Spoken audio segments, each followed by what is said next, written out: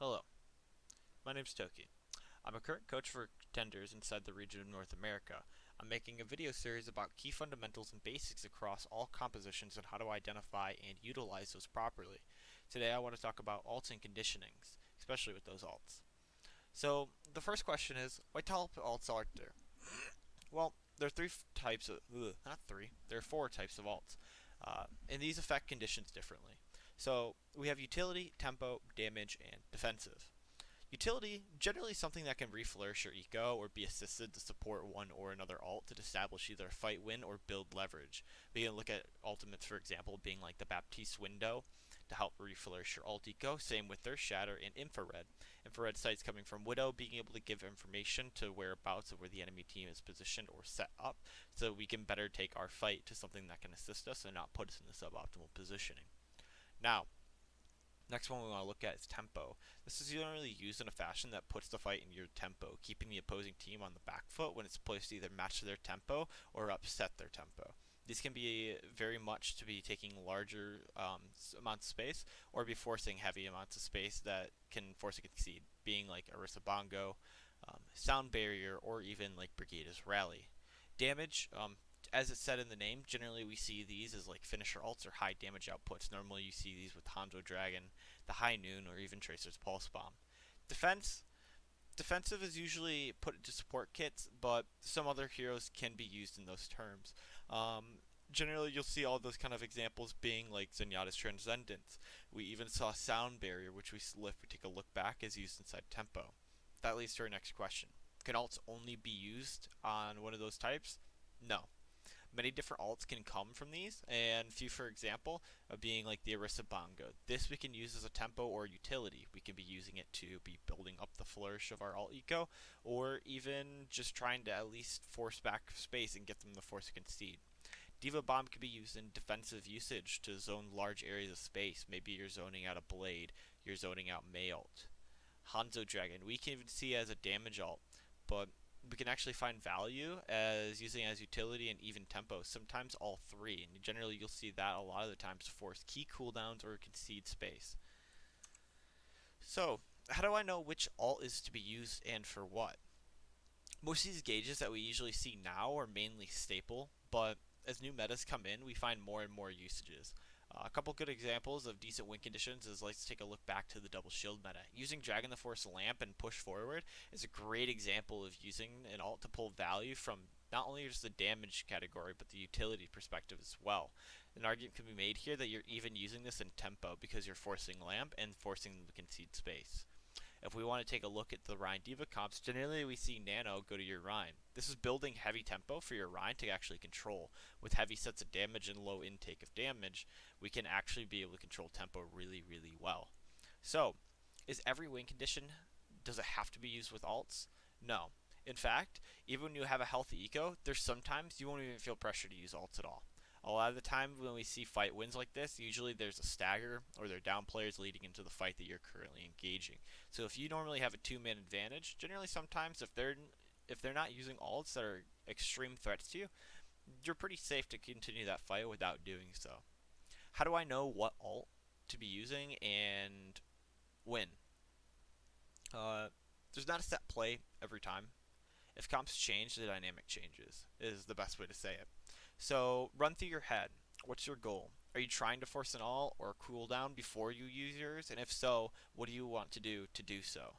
Example, the enemy may and I the enemy may alts, and I can use my high noon to zone.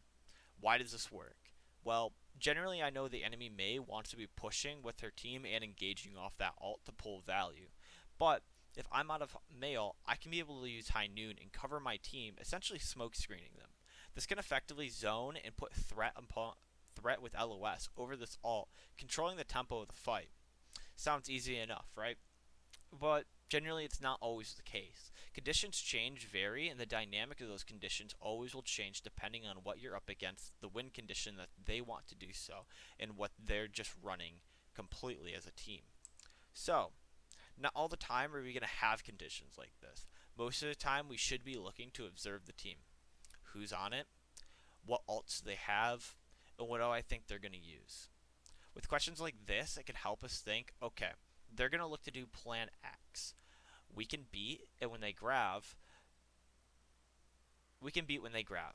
And when our and after so, our Reaper can look to Death Blossom when we force out both of the bubbles.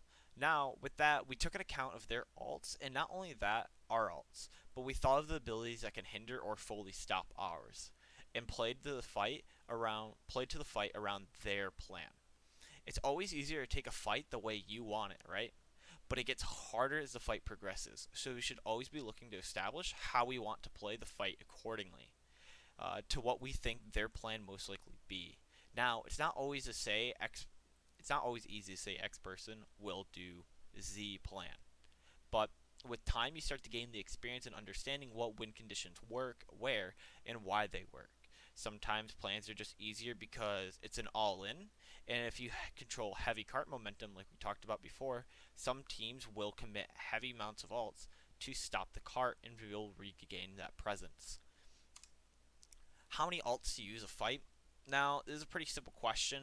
Let's take a look at what we have. We have 6 players, and from what we know, we can generally take it takes about 1 to 2 fights to build 1 ult per person, right? Not saying out of 2 fights, only your Hanzo is going to build an ult, but generally 1 person requires 1 to 2 fights. So, to assume to attain a healthy rotation, we'd want to use 1 to 2 ults each fight. This way, we're not exhausting large amounts of ults from our ult eco, and they're not hindering ourselves going into the next fight. If we take a look here, what would probably be the most beneficial way? We're coming up on trans here, and we know that we still need a window when we don't have dragon coming online and our soldiers lacking behind a visor, but we're holding trans, we're holding sigma flux, and we're still holding bongo. Generally here a great pick would be to use bongo and try to hold the corner if we're defending, or try to push the corner as an attacking team. This will build up towards our dragon and towards our window as well as our visor, because we'll be able to put heavy amounts of damage in to bring the progression of our ults more closer to bring them online onto the board. If need be and they push back into us with maybe a dragon, we can look to then trans. Generally then, we have 3 ults online, and then we can continue with this fight forward. Maybe we use Flux or Retaliation, but now we've used 3 fights, which is about the maximum of what you want to use, but you've obtained 3 ults to come online. This is generally what we want to look for. I always want to say, try to look at the game as Monopoly. What is the current goal of Monopoly? It's to own the most amount of property while spending the least amount of money, correct?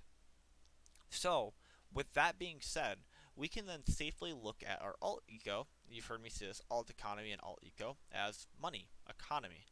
You have a time bank as you get more and more objectives. Think of it as you investing into a business that is failing. The more businesses you buy that gets you to closer to pull out gets you more money, but you can't pull out till you reach that final objective, that final capture point. So you're always losing money. The best way to earn money is to spend money in a business perspective. So we're spending money to be obtaining property to then be able to pull out of this business once we know we have enough financial aid in our backing, in our time bank, within our bank. So, with that being said, we can kind of look at this game in a very, very simple term to just understand one complex idea of how to be looking at the game objectively. I hope this gave a good understanding to how alt eco generally wants to work and how you want to look for these alts and give you a better perspective about what alts do what. I am looking to make a couple videos down the line about alt usages specific on certain characters so that this video will dive into more complex subjects. But for the time being, I just wanted to bring a base understanding for something I can then delve into later. Till then, have fun grinding.